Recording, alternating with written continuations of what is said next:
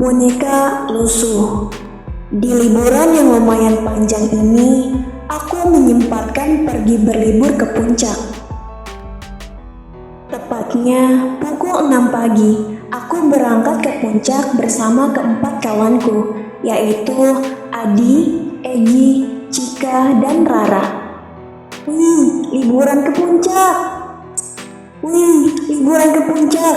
Seru Egi sambil meloncat-loncat kegirangan. Biasa aja loh Gi.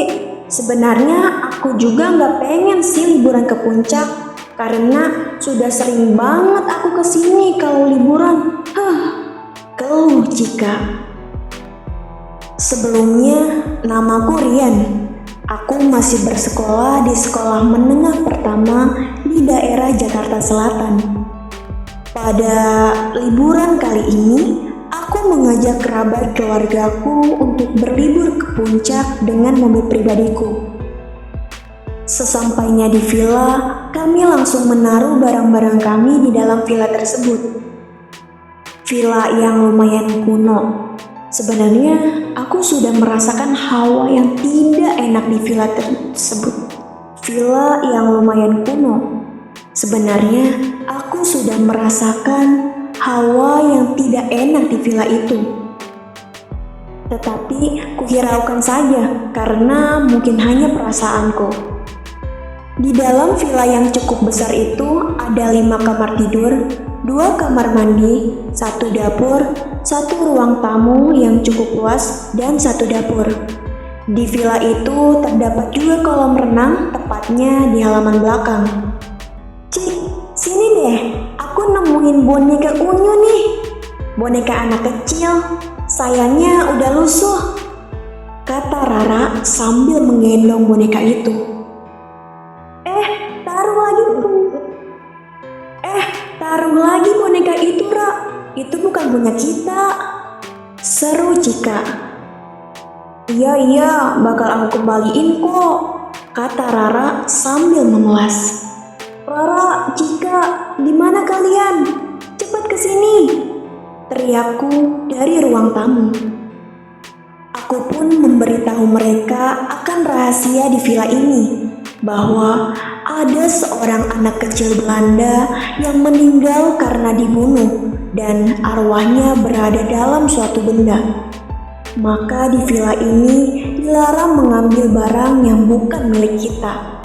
Teman-temanku pun agak ketakutan saat mendengar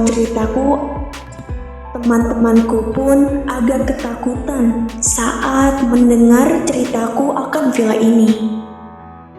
Malam pun tiba. Kami pun kelelahan sehabis berjalan-jalan ke daerah sekitar puncak yang asri dan indah.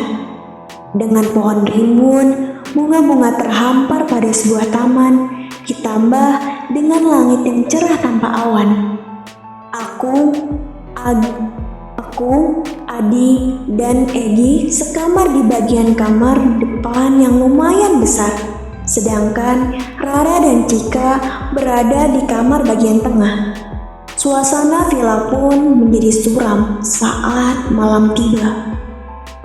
Aku dibangunkan oleh Rara dan Cika yang menyusul karena mendengar bunyi-bunyi aneh dari bagian dalam villa. Akhirnya kami berlima pun tidur bersama. Tiba-tiba aku terbangun di tengah malam. Kulihat jam dinding menunjukkan pukul 1:15 malam. Aku mendengar tangis anak kecil. Sungguh membuat bulu kuduk merinding. Tapi tak kuhiraukan karena aku sebenarnya takut saat itu. Namun suara itu semakin jelas terdengar. Aku mencoba untuk memeriksa keadaan. Kulihat ada boneka lusuh tergeletak di sudut ruangan. Kok ada boneka di sini? Tanyaku dalam hati. Suara aneh yang berasal dari boneka ini membuatku ketakutan setengah mati. Tolong jangan ganggu aku.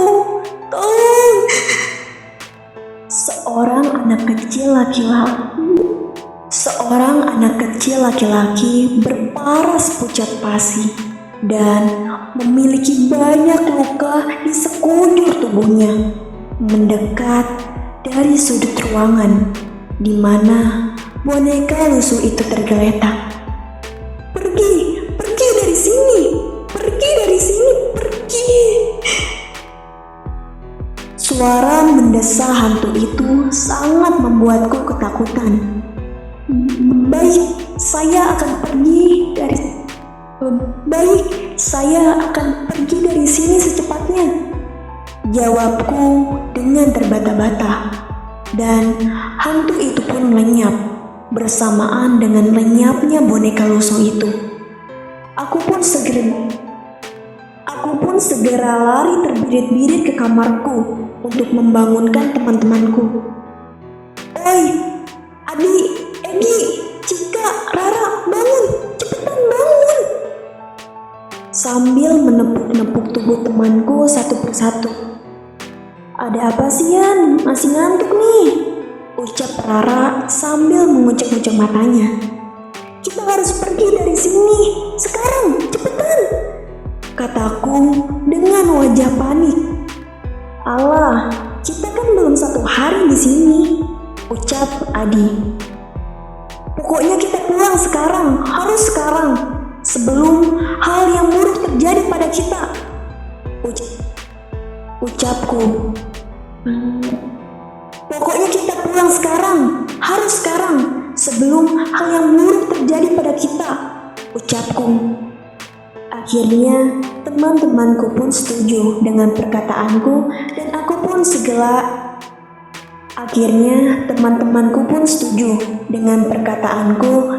aku pun segera menyalakan mobil dan pergi dari villa itu. Sungguh tampak mengerikan villa itu dari luar.